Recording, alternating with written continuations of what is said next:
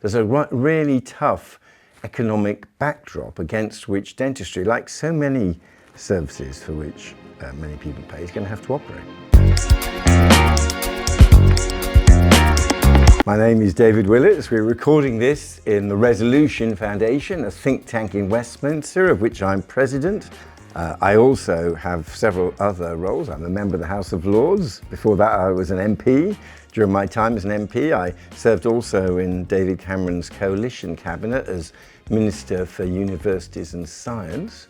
And I've got a range of interests in economic and social policy, wrote a book about fairness between the generations called The Pinch, arguing that the younger generation were having a raw deal compared to the opportunities enjoyed by my generation, the baby boomers. Every generation thinks they're going to be better off than the previous generation. That's part of the deal, if you like, and it's what parents hope for their children.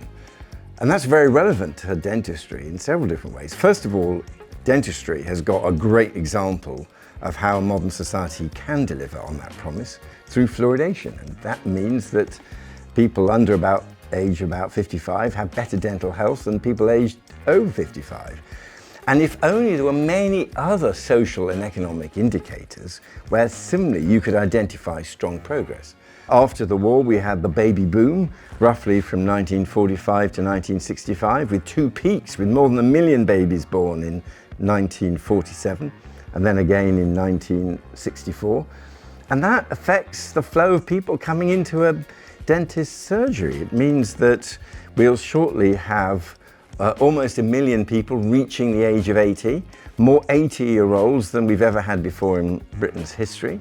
We've also got a second group, that second mini bulge in the mid-60s, reaching their 60s and probably thinking of retirement. And then if you look right down at the younger generation, we did actually have a mini baby boom in the beginning of this century, peaking at about 800,000 babies born in 2011, 12, 13, followed by a big plummet. So I suspect dentists will be observing increased numbers of teenagers and a decline in the number of very young children. So my view is that these type of pressures, shaped by the different size of different cohorts, and as they work their way through the life cycle, like a python swallowing a pig, big generations and smaller generations after them, those really do shape everything from culture to pressures on public services such as dentistry. Well, the increased number of older people is really going to be a big challenge for dentistry, and a change in the environments in which they live. I think that's going to be a big issue. Secondly, there is the wider problem, which we focus on here at this think tank at Resolution Foundation, of living standards. And let's face it, many people are paying for their dentistry. It's something where there's a very large private sector. And I suspect there was always an assumption that people would become more prosperous and would be able to pay higher bills and would always be able to afford that. Now, it's been a wider problem across advanced Western economies, but especially since Brexit, it looks as if in Britain we've been doing particularly badly, with not a significant increase in living standards. And that affects what people can pay for, what people can afford.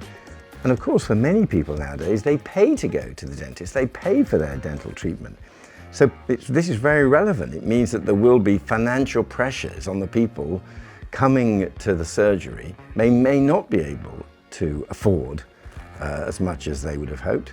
And equally, there's still a lot of people trying to manage on low incomes for whom public support through NHS dentistry really will continue to matter. I'm very much looking forward to going to the ADG conference and speaking at it. I'm not an expert on dentistry.